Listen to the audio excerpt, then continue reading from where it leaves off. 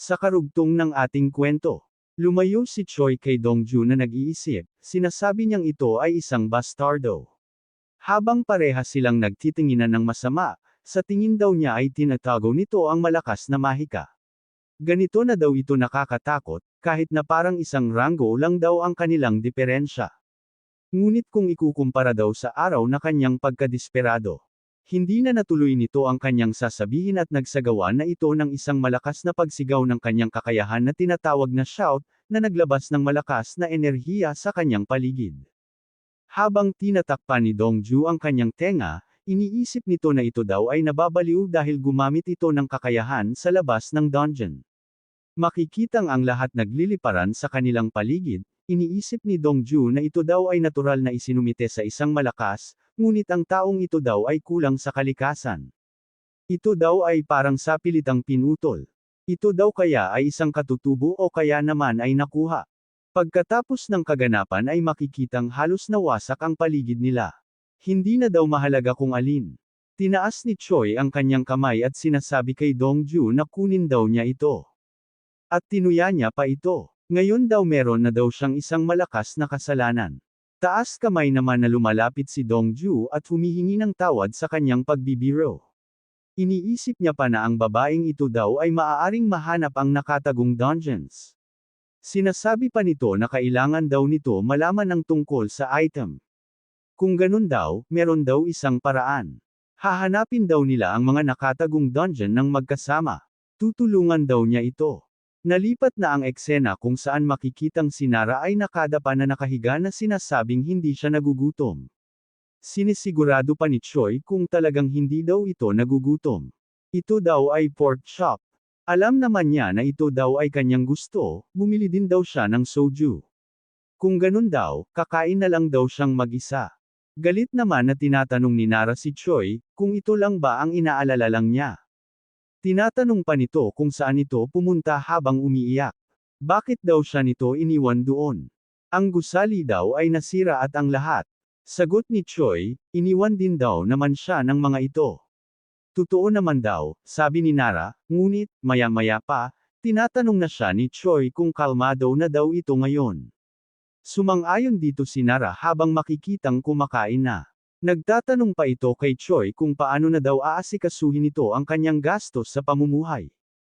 Ang dogfighting arena daw ay wala na.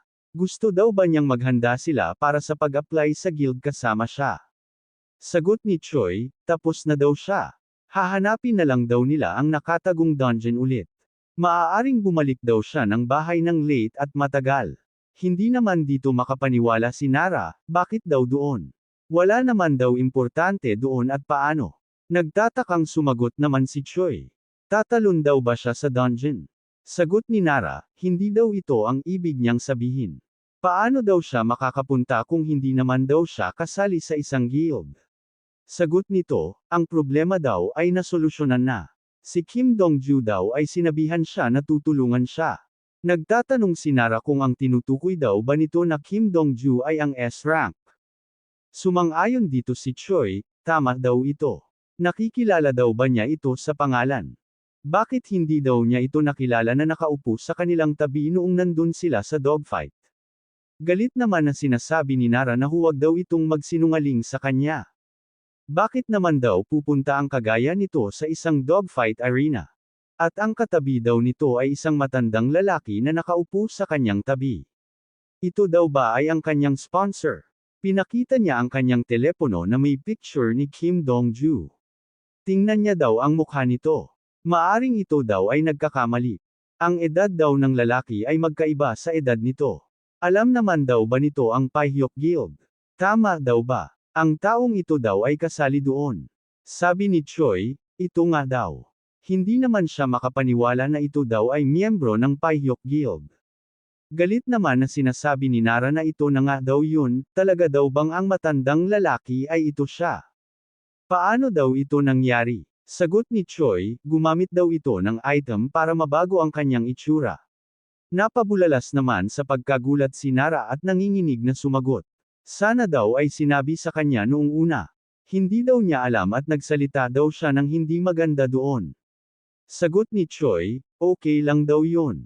Hindi naman daw ito mahalaga. Napabuntong hininga naman si Nara. Hindi na daw niya magagawang tanungin ito para tanggapin siya sa guild nila ngayon.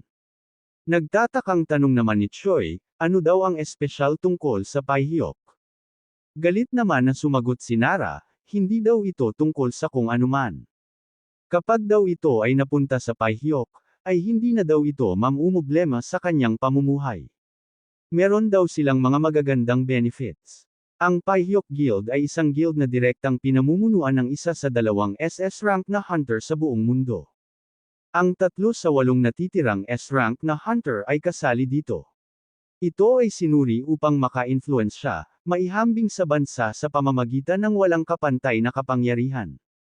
Ito daw ay ang totoong pinakamagaling na guild sa buong mundo, ang Paihyok. Para daw matanggap dito, kailangan daw nitong talunin simula 1,000 hanggang 1 na kompetisyon. Makikitang nag-i-enjoy si Choi sa kanyang pagkain, kaya nagtanong si Nara kung ito daw ba ay masarap. Kumain daw sila ng marami. Nalipat ang eksena kung saan makikita natin si Choi na nakatingin, na nakatulala. Nagulat naman dito si Dongju at nagtatanong kung bakit. Sagot ni Choi, wala naman daw. Namamanghalang daw siya na isa daw itong miyembro ng Paihyok Guild. Tanong ni Dongchul, paano daw nito nalaman?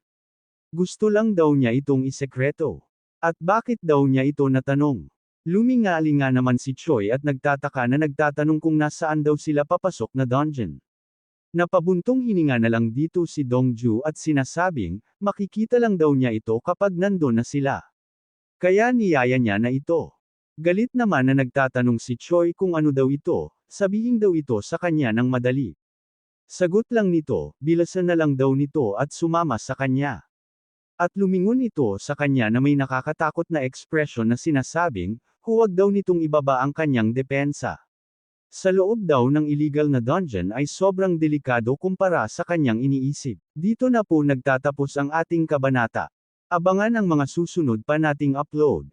Huwag din kakalimutang mag-like, share, subscribe at i-click ang notification bell para lagi kayong updated sa mga susunod pa nating mga videos.